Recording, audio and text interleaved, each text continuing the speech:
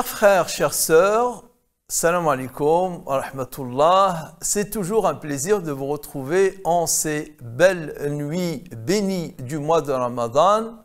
Et aujourd'hui, nous arrivons à l'épisode 21, ce qui veut dire le bichapitre 21, le juz 21. Le juz 21 commence dans un Coran de la page 402 à la page 421. Il comprend la sourate l'araignée, la sourate les Byzantins, la sourate Luqman, la sourate la prosternation et une partie jusqu'au verset 30 de la sourate les coalisés et donc sourate Al-Ahzab. Il y a bien entendu d'importantes stations à marquer, notamment par la sourate Luqman, avec ce cours, avec ces conseils que le père prodigue à son fils, Ya Bunay, ou Ya Bunay, qui commence déjà, ô fiston, ô mon fils, dit le père à son fils. Et là, l'histoire de Luqman, déjà que la sourate, elle porte le nom Luqman. Luqman qui n'est ni un prophète, ni un messager, ni quelqu'un qui a un lien avec un messager ou un prophète. C'est seulement, dit-on, les exégètes, un homme sage. Un homme sage d'ailleurs qui n'avait ni un rang social particulier dans sa société, ni même une apparence physique belle comme c'est le cas de Youssouf alayhi salam. Et pourtant, grâce à sa sagesse, grâce à son comportement, il fait partie du Coran, il fait partie, son nom fait partie de ce que Allah, dans son livre, a rendu immortel. Donc son nom est immortalisé et effectivement, en lisant ces conseils que donne ce père à son fils, lui parlant du dogme, la foi en Allah, en lui parlant de son comportement, il ne doit pas lever la voix, il doit parler à une voix basse et pondérée. Quand il lui dit « Oh mon fils, dans la vie, recommande le bien, décommande le mal, etc. » Donc il y a bien des leçons à tirer de cette partie de la sourate Luqman, du conseil que donne Luqman à son fils. Mais comme nous rentrons avec ce jour dans les 10 dernières nuits du mois de Ramadan, les 10 dernières nuits les plus bénies de tout le mois tout entier de Ramadan est béni. Mais les 10 dernières nuits, elles sont bien plus bénies que les 20 autres jours de ce mois. Et pourquoi? Parce que, en fait, durant ces 10 dernières nuits, il y a une nuit particulièrement que Allah a honorée, que Allah lui a donné des vertus et une importance au-delà et au-dessus de toutes les autres nuits du mois et de l'année, bien entendu. Il l'appelle Laylatul al-Qadr. Laylatul al-Qadr, avec un soukoun sur le del, la nuit grandiose, ou bien la nuit de la valeur. Donc, on est à la sourate 97 du Coran, la sourate Al-Qadr, et qui contient 5 versets. Allah dit « Inna anzalnahu fi laylatil qadr » c'est nous l'avons révélé au cours de la nuit grandiose. Mais qui pourrait t'indiquer, qui pourrait te dire ce qu'est la nuit grandiose? La nuit grandiose est meilleure que 1000 autres mois. Durant cette nuit, les anges, dit Allah, et l'Esprit, c'est-à-dire Gabriel, descendent sur ordre de leur Seigneur au cours de cette nuit. C'est une nuit de paix, c'est une nuit paisible, dit Allah, c'est une nuit de paix, jusqu'à l'apparition de l'aube. Verset 5. Pourquoi parler de Laylat al-Qadr? Parler de Laylat al-Qadr parce que là, nous sommes véritablement au cœur de la bénédiction d'Allah subhanahu wa ta'ala qu'accorde. Nous sommes au cœur de cette générosité divine. Allah généreux, mais d'une générosité sans limite, nous accorde en une nuit la possibilité de gagner tant de temps de notre vie. En nous disant que cette nuit est meilleure que 1000 mois, cela signifie que toute œuvre pieuse, toute œuvre de bienfaisance, tout acte d'adoration, tout acte qui plaît à Allah durant cette nuit, c'est comme si cet acte-là était observé, c'est comme si cet acte-là était pratiqué sans relâche et sans discontinu pendant plus de 1000 mois. Masha'Allah, quelle grande récompense, quel grand présent, cadeau d'Allah subhanahu wa ta'ala, quelle immense générosité d'Allah que de nous offrir cette nuit. Donc, Allah il dit « Inna anzalna ». Et pourquoi Allah a accordé tant de vertus, tant de valeur à cette nuit de la valeur, la nuit grandiose? C'est parce que cette nuit-là marque le moment du commencement de la descente du Coran, de la révélation du Coran. Et à propos de cette descente du Coran, Allah il dit « Inna anzalnahu » nous l'avons fait descendre en cette nuit de la valeur.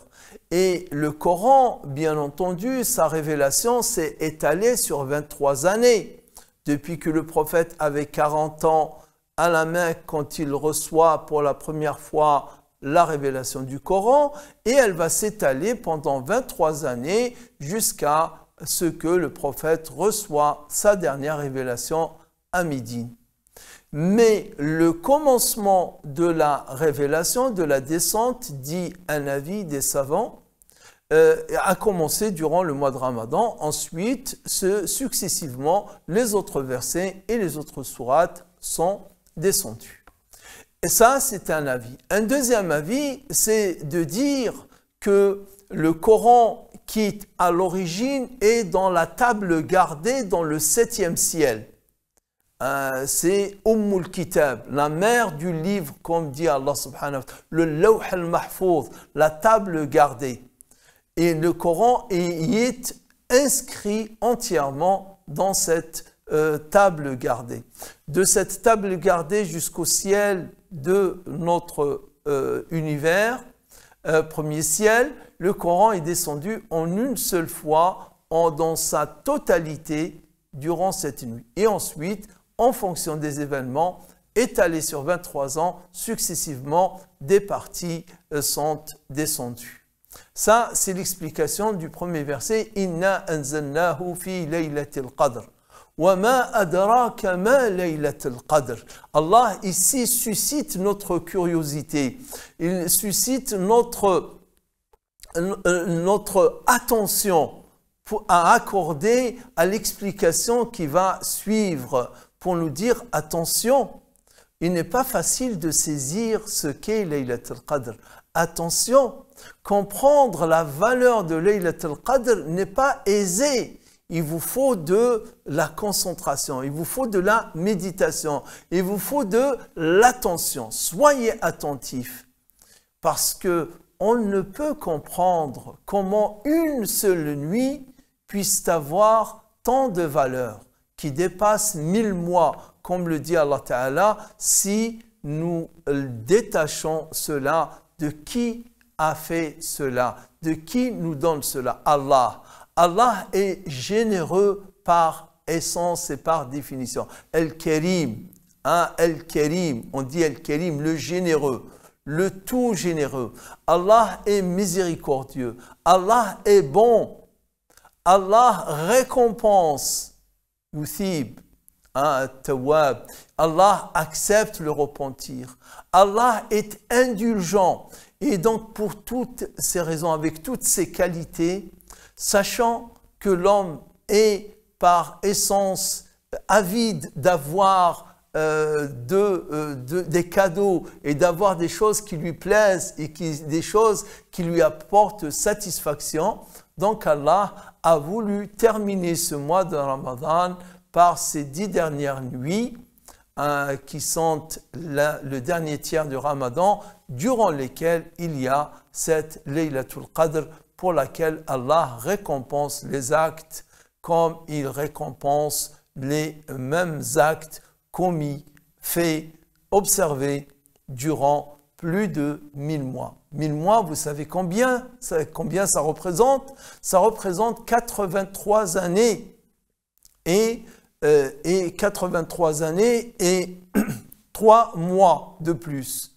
Donc, quand nous divisons 1000 mois, une année, elle comporte 52 semaines, 12 mois. Vous divisez 1000 par 12, ça vous donnera 83 et c'est la valeur de cette nuit. Cette nuit durant laquelle les anges descendent, il y aura plein d'anges sur terre et accompagnés de l'archange Gabriel.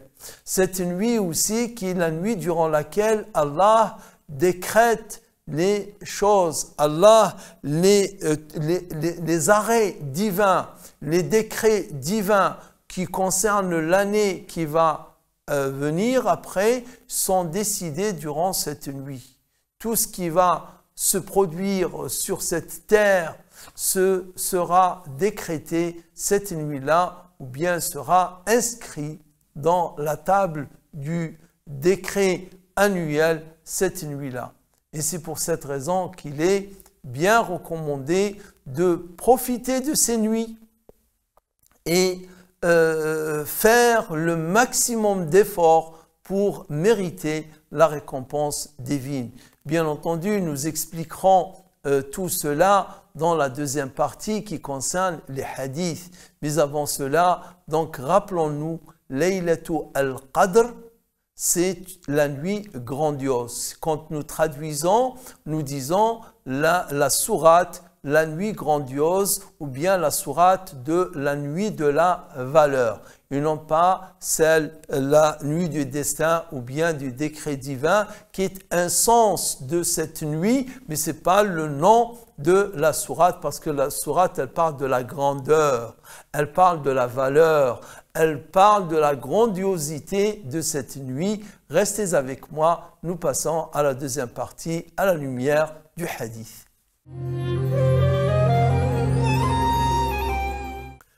À la lumière du hadith nous amène à rester dans le même sujet, à savoir ces 10 dernières nuits du mois de Ramadan, comment était le prophète sallallahu alayhi wa sallam durant les 10 dernières nuits de Ramadan. Aïcha, notre mère, l'épouse de notre prophète sallallahu alayhi wa sallam, elle nous dit que le prophète excellait dans sa pratique. Il est excellent toute l'année, mais il excellait encore pendant le mois de Ramadan. Et il excellait encore davantage pendant les 10 dernières nuits du Ramadan, au point où elle dit il dormait très peu. Il dormait très peu, il passait la nuit à prier. Il passait la nuit à méditer et surtout à prier, à faire des sujouds.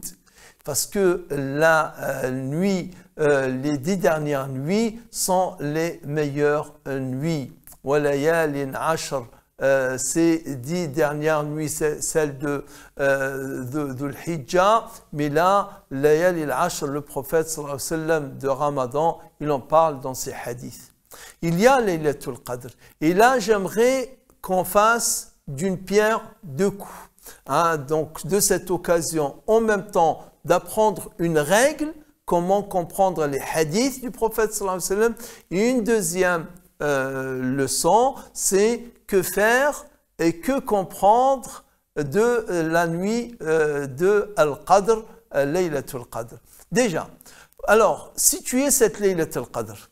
il y a des hadiths nombreux, il y a des avis nombreux que nous entendons ici et là, que nous lisons ici et là sur Laylat al-Qadr. C'est quand? C'est quelle nuit exactement? Il faudra comprendre déjà que dans le calendrier musulman, le premier jour du mois, il commence bien sûr avec l'apparition de la lune. Et la lune, elle apparaît la nuit, pas le jour. Donc, on parle de la veille du jour et la nuit du jour. La nuit du jour, c'est quand le coucher du soleil du jour se couche. C'est là, donc nous jeûnons le 20e jour. Au coucher du soleil du 20e jour, c'est la nuit. Et c'est aussi la veille du lendemain, la veille du 21e jour. La veille, c'est la nuit qui précède le jour. Donc, quand le prophète sallallahu alayhi wa sallam, dans le hadith, il dit « Cherchez-la ». Laylat al-Qadr, cherchez-la durant les 10 dernières nuits de Ramadan. Cherchez-la durant les nuits des jours impairs, ou bien des veilles, il veut dire les veilles des jours impairs, c'est-à-dire la veille du 21e jour, la veille du 23e jour, la veille du 25e jour, la veille du 27e jour et la veille du 29e jour. Voilà ce que veut dire le prophète sallallahu alayhi wa sallam fi al-witr min al-ashri al-awakhir. Donc, nous jeûnons le jour où nous jeûnons le 20e jour, au coucher du soleil, on peut considérer, Inch'Allah, que cette nuit-là, c'est Laylat al-Qadr, puisque c'est la veille du 21e jour, d'un jour impair. Donc, il y a cet avis. Donc, vous avez 5 nuits. Durant ces 10 dernières nuits, la nuit du 21, la nuit du 23, c'est-à-dire la veille, et je précise bien, la veille du 21, la veille du 23, la veille du 25, la veille du 27 et la veille du 29, qui peut être Laylat al-Qadr. Mais il y a aussi un autre hadith, parce que le mois, il peut comporter 30 comme il peut comporter 29 jours. Il y a un autre hadith qui nous dit, le prophète sallallahu alayhi wa sallam, il nous dit que cherchez-la quand il restera 9, ou quand il restera 7, ou quand il restera 5. C'est-à-dire, que veut dire « Iltamisuha fi tas'in baqayn, fi sab'in baqayn, fi khamsin baqayn ». Que veut dire ce hadith-là? Il veut dire quand il restera 9 nuits avant la fin du mois.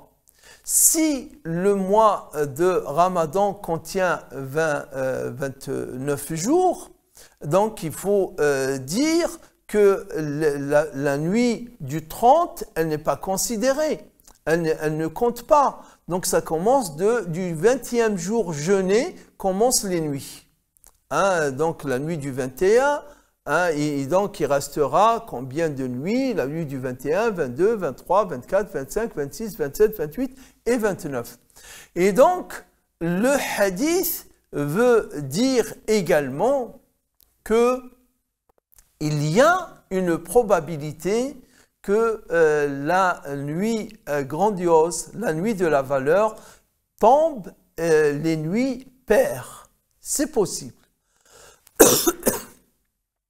Pardon. Donc, chercher et vouloir et avoir et nourrir l'espoir de tenir coûte que coûte et de trouver coûte que coûte et veiller coûte que coûte cette nuit-là, le plus sûr moyen, c'est que durant toutes les 10 dernières nuits, de faire l'effort et de se dire c'est peut-être cette nuit-ci qui est Laylat al-Qadr. Et c'est très peu comme effort. Franchement, c'est vraiment peu comme effort devant la valeur de la récompense, devant le gain, face au gain qu'on réalise en veillant cette nuit. Et attention, quand je dis gain, Allah aime que nous soyons de ceux qui cherchent le gain, à gagner les hasanat.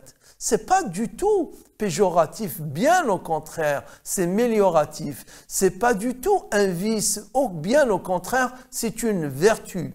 Parce que gagner, chercher la récompense d'Allah, c'est croire en lui, c'est croire en sa générosité, c'est avoir confiance en lui. Quand il promet, il fait. Quand il promet, il donne. Et donc, il y a la foi qui s'exprime dans la recherche de la récompense et la rétribution divine. Et c'est pour ça qu'Allah nous incite, Allah nous encourage, Allah nous invite à chercher, à gagner les hasanat, et notamment par cette nuit de Al-Qadr. Donc, un exemple. Celui qui fait une aumône durant cette nuit de Ramadan, une aumône, il fait une sadaqa pour une association, d'un projet de mosquée qui se construit, ou faire une action quelconque de bien. Cette récompense-là, déjà, elle est multipliée par 700, comme le dit Allah dans le Coran, hein, que l'exemple de ceux qui donnent leur bien dans la voie d'Allah pour plaire à Allah, leur aumône, leur donation est multiplié par 10 et pareil qu'un grain que nous semons, le grain fait pousser 7 épis et les 7 épis, chacun contient 100 grains. Et donc, il devient 7 épis, et 7 épis avec 100 grains, ça fait 700. Donc, 1 euro va rapporter, va faire gagner à celui qui le donne sincèrement de bon cœur, va lui faire gagner 700 euros. Et vous imaginez un peu, ça c'est 1 euro uniquement. S'il est donné une nuit de Laylat al-Qadr, et Allah va lui compter comme s'il a fait ce don pendant 1000 mois. Donc vous multipliez ça par 1000 mois, les 700 euros par 1000 mois, ça fait quand même, ça chiffre énormément. Mais tout ça parce que la grâce d'Allah, la générosité d'Allah Ta'ala, elle est immense. Donc Laylat al-Qadr, à part les actes, donc on peut lire le Coran. Le mieux, c'est de multiplier le sujoud durant cette nuit, les prières, prier. Donc, on peut lire le Coran, on peut lever ses mains et faire des douas continus pendant des dizaines de minutes pour soi-même, pour sa famille. Et ne pas oublier le doua que le prophète, sallallahu alayhi wa sallam, l'invocation que le prophète, sallallahu alayhi wa sallam, a apprise à Aïcha. Aïcha, qu'Allah l'agrée, est venue voir le prophète sallallahu alayhi wa sallam, elle lui a dit: oh, messager d'Allah, ya Rasulallah, si je sais quelle nuit est Laylat al-Qadr, que dois-je dire? Qu'est-ce que tu me conseilles comme doua? Qu'est-ce que tu peux m'apprendre comme invocation à réciter durant cette nuit? Le prophète, il lui a dit: dis Allahumma, oh Allah, innaka afouun, tu es indulgent. Tuhibbul afwa, tu aimes l'indulgence. Fa'fu anni, accorde-moi ton indulgence.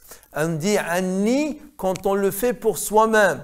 Et sinon, on a envie de faire participer avec notre invocation ses proches, je dis anna, à tous, le pluriel.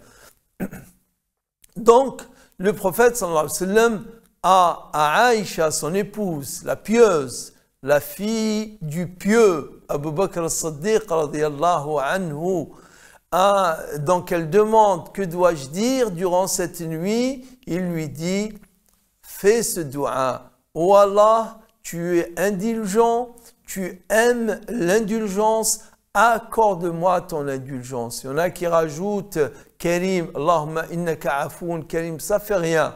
Même si dans le dua il n'y a pas Karim, il y a juste Afou, mais on l'ajoute, ça vient de la générosité. Oh Allah, tu es indulgent et généreux.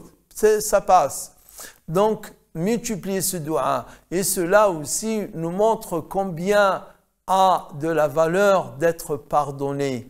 Combien c'est important qu'Allah soit indulgent à notre égard, c'est-à-dire qu'Allah ne nous tient pas rigueur. Et pour qu'Allah ne nous tienne pas rigueur, la faute que nous faisons, nous ne devons pas en être fiers. La négligence que nous commettons, nous ne devons pas en être fiers. Nous ne devons être fiers que des actes de bienfaisance, que des actes d'obéissance, que des actes de piété.